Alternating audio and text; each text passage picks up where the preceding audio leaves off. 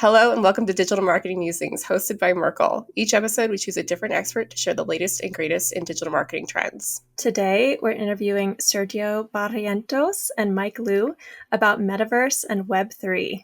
All right, let's get to it. I'm Gaia Reed. And I'm Andreah McCartney. And this is Digital Marketing Musings.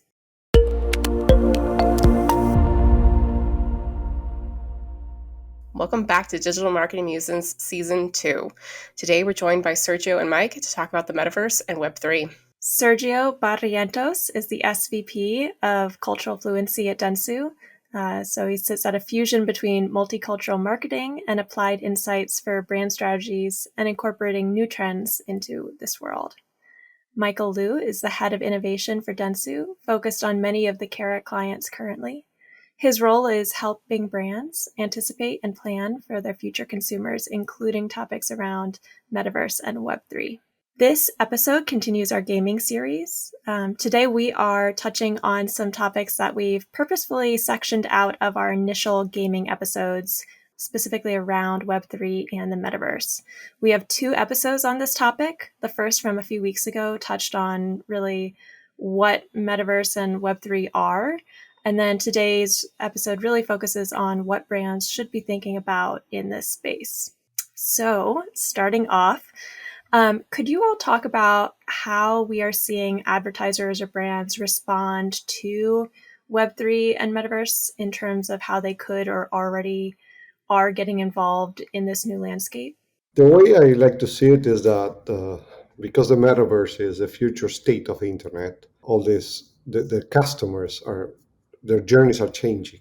Right? In the near future, we need to think about physical, digital, and virtual all together. So you're going to start thinking on spatial design, on augmented reality or virtual worlds and doing things like that. So it's all about experimentation of this new combination of things and try to pick a role of how you want to play it as a brand. You want to be an enabler who provide access to cool things happening in that space, or you want to become a participant who crafts their own narrative and design new consumer touchpoints previously unknown. That's a little bit of the game we are about to play. Yeah.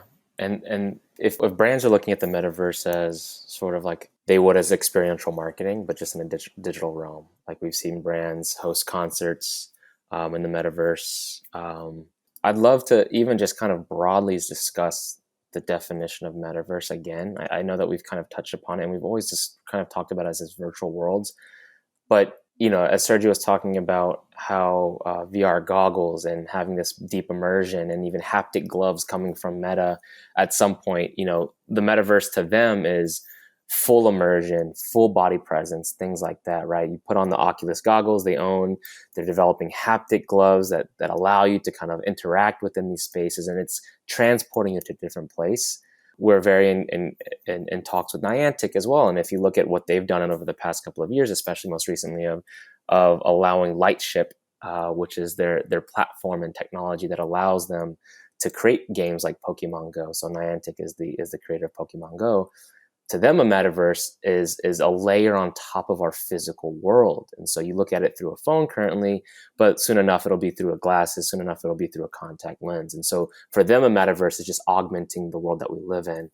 And then Epic Games obviously has their metaverse, raised $1 billion last year to kind of build out their vision of the metaverse. And so it's all predicated around their game engine and how people are playing within these games and having so much IP in these places. And so again, the metaverse defined by so many different people in different ways. But again, like if we just get to this principle of a new way for us to connect with each other and a new way for brands to provide value in this space, I think that's sort of the lens that we should be taking.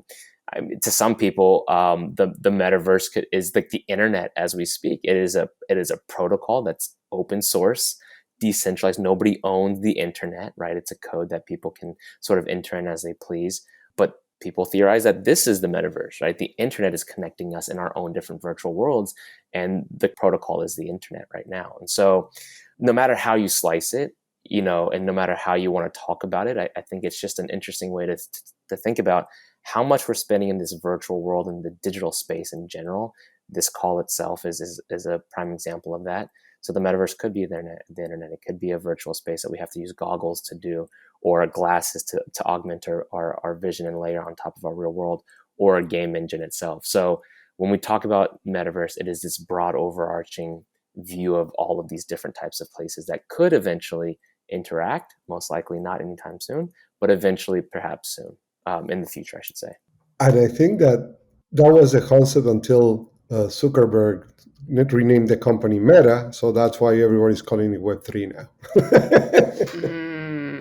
Got it. Right. It was cryptocurrency, back in the day was like, oh man, it's all about the black market and illegal activity. Okay, cool. Let's rebrand cryptocurrency to blockchain.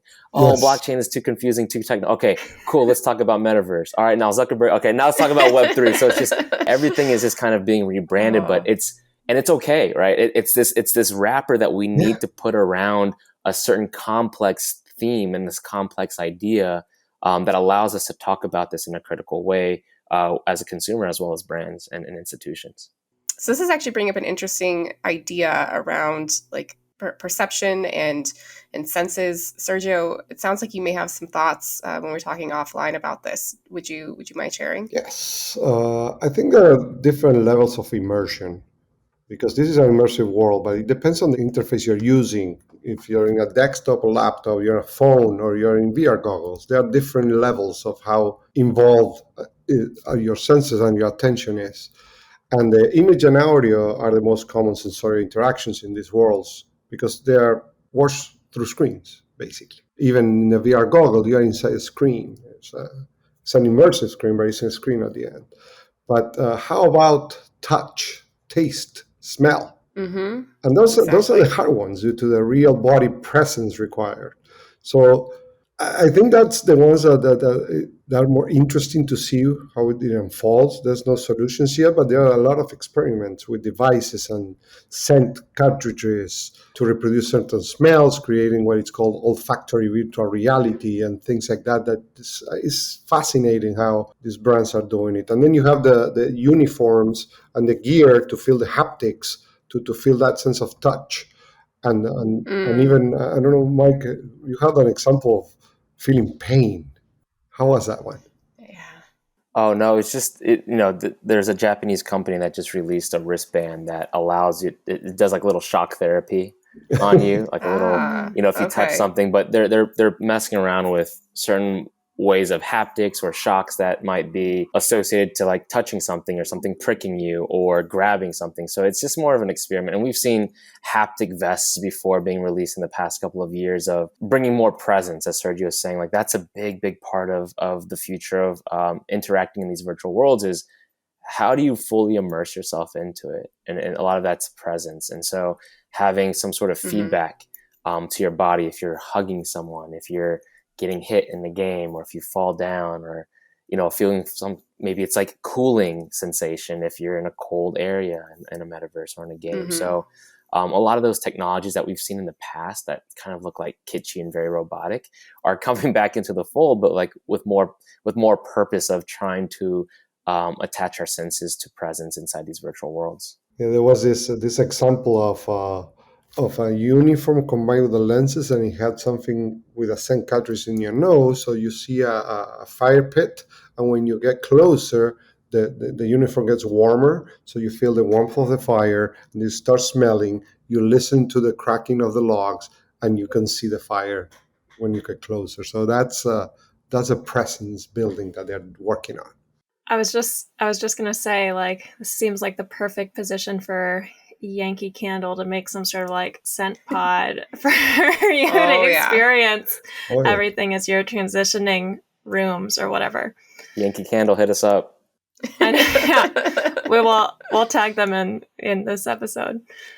It feels like some mainstream brands are investing in gaming in the metaverse today as like a small, almost like side piece of income that wouldn't really like amount to that much. Like we're thinking of, the examples of a luxury car company that's creating like a version of a high-end vehicle as like an option to purchase in a digital world. And maybe it's even like at the exact same price as a lower end car company, like selling their car in the same world. So how, especially when it comes to like pricing, from like a luxury or low end thought process, like how does that, or how should brands be like thinking about that when like putting themselves in the metaverse versus the real world? You need to demonstrate the potential value somehow, right? Like find the audience or opportunity to bring that community together and establish that brand presence, engage with them, and identify problems to solve. If it's about selling a car, at this stage of the game, I think it's, again, willingness to pay, but you are creating catalysts to see how value can be created.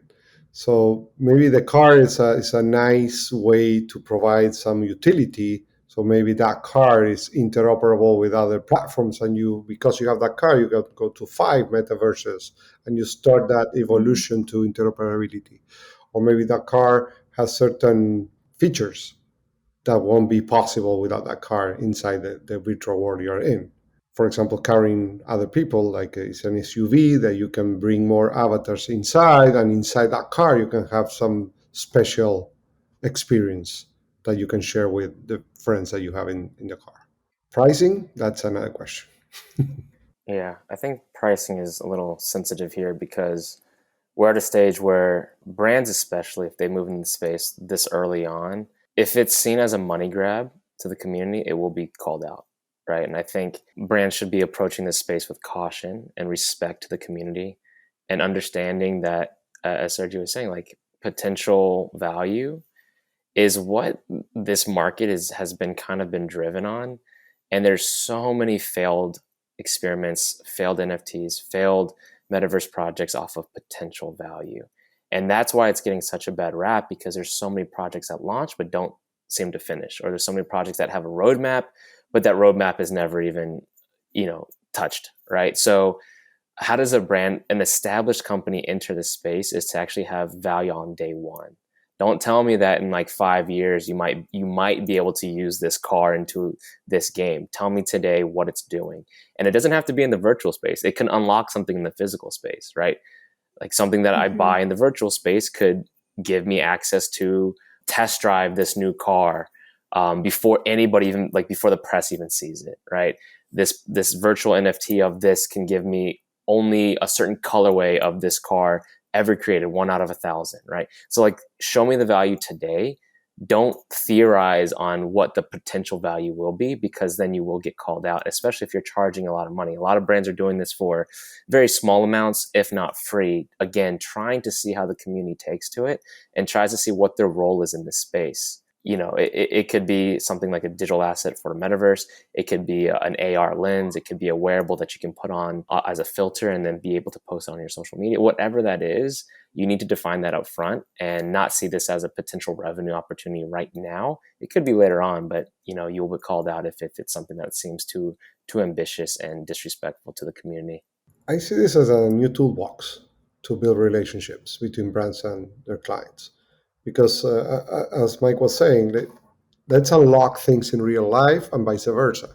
Maybe maybe you don't buy it with money or with cryptocurrency. You buy with my reward points because you're a loyal customer. Now you have access to these things in the metaverse, and vice versa. Unlock, because you have this NFT here, you can unlock experiences and things that are exclusive to those people. Maybe the test drives in a racetrack day, or things like that are really special and different and unique.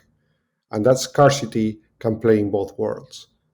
So it's a question of access to exclusive experiences. Just to reality check us, like at Merkle, we have quite a few clients who are really actively undergoing transformation projects to really even catch up to where they should be, or maybe where their peer set is in Web 2. How achievable is getting involved in or transitioning onto Web 3 and the metaverse going to be for your average brand as it develops over the next 3 to 5 years? I believe that if they are currently in a transformation mindset, it will be easier to expand that into new touch points that can add the coverage of customer interactions, hence Web3. Can be the next step on the current journey, right? For example, if they're onboarding a full e-commerce platform, add some virtual showroom or extended reality spaces to promote and showcase those products, build some demos and utility in these worlds. And they also can have some virtual events or product concepts in the metaverse. These are experiments that will allow them to move forward. So I think it's a right mindset to onboard them. Yeah. And especially if they're going through, like, let's just say like digital transformation or getting their CRM up to snuff. I wonder how they feel about doing that now versus doing it 10 years ago or 5 years ago for that matter. And so, I think there's many reasons for why, right? There's many reasons. So the same mindset to have of, should you be transferring your whole business for Web3?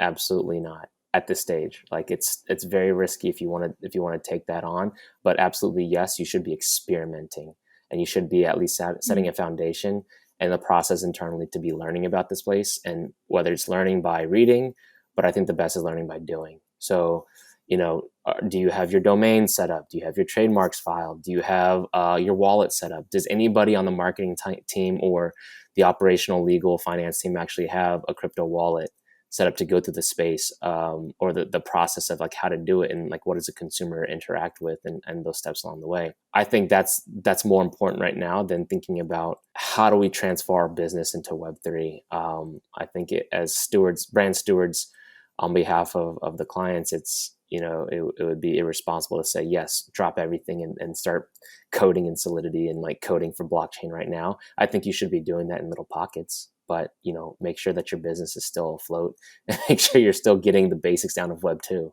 But if there's little hops to go into Web 3 by skipping Web 2, that could be cool. Like there could be instances where you want to build out things, as Sergio was saying, like maybe build out these really cool showrooms that you can have. Instead of having to go through like this Web 2 version, maybe you go through Web 3, and there's things that you can be doing on the brand side right now that doesn't risk everything by swapping over the whole transformation. As our listeners kind of like leave these episodes, are there main pieces of advice or things that you really want them to think about as they are kind of starting this journey in the metaverse and Web3? Yeah, just sort of dovetailing off of the last comment of learn by doing is probably the best way to do so. You can't truly understand this community. This is such a special community to be a part of in the Web3 blockchain crypto space that, hey, go out there and start to experiment on your own. Also, try to look past some of these sensational headlines. Try to look past all the things that are being touted as like the problems, albeit they're very valid issues in this space. But there are ways to fix some of these things. And it's, again, such a new technology. So try to look for those glimmers of like, potential of these are things that could work out for a brand, or these are really interesting things that people are thinking about, because these rules are being written right now and these experiments are being done to sort of define it. So the things that are being done today are probably not the ways that things are going to be done in the next year, or they might be, but they're building a foundation. So look past the sensational headlines of like things selling for millions and millions of dollars and think that the same thing is going to apply to your brand or your drop or whatever your strategy is. And also look at all the things that are issues such as like climate change and the carbon footprint impact that you have from blockchains. There are many blockchains that have been built and things that are being fixed today to make a transaction on a blockchain as impactful of a carbon footprint of sending an email or doing a Google search. So, that's me all day. So I've got like dozens of these every day of me searching for things or sending emails and receiving emails. And so there are great platforms and chains that are being built today to address that. So give it time, give it some patience, and have some grace on this space, because it'll be important to see how this grows. But the criticism is real, and the criticism is necessary for it to actually grow in the right positive direction. And as a strategist, I think I need to add that brands can simplify the process by focusing first where they can add the most value. This means developing initiatives that tap into who their customers are and how they want to be seen, their identity, right? What do they buy, and how they signal status, ownership. And then how they connect with their tribe, that community. As the metaverse sparks another shift in consumer behavior, breakthrough brands will need to learn from the past to lead the future. So that's, I think, that the way to move forward and to really consider strategies to incorporate Metaverse in your ecosystem. This brings us to the end of this episode of Digital Marketing Musings. If you have an idea for an episode for our 2022 season, we would love to hear it. Just drop us a note at digitalmarketingmusings@merklink.com. And of course, don't forget to hit that subscribe button and rate and review us. It helps others find our show. And of course, please be sure to tell a friend. This episode was produced by Merkle with sound and video editing by Craig Zagurski. Our team includes copywriting by Melissa Riley, graphic design by Garrett Rubel, website support by Ted Lonzak, and social media and promotion by Gina Astrop and Andreah Ratner. Tune in over the next month as we continue our gaming series with episodes on gaming creative, NFTs, gaming for good, and many other topics. And until next time, I'm Andreah McCartney. And I'm Gaia Reed. Bye.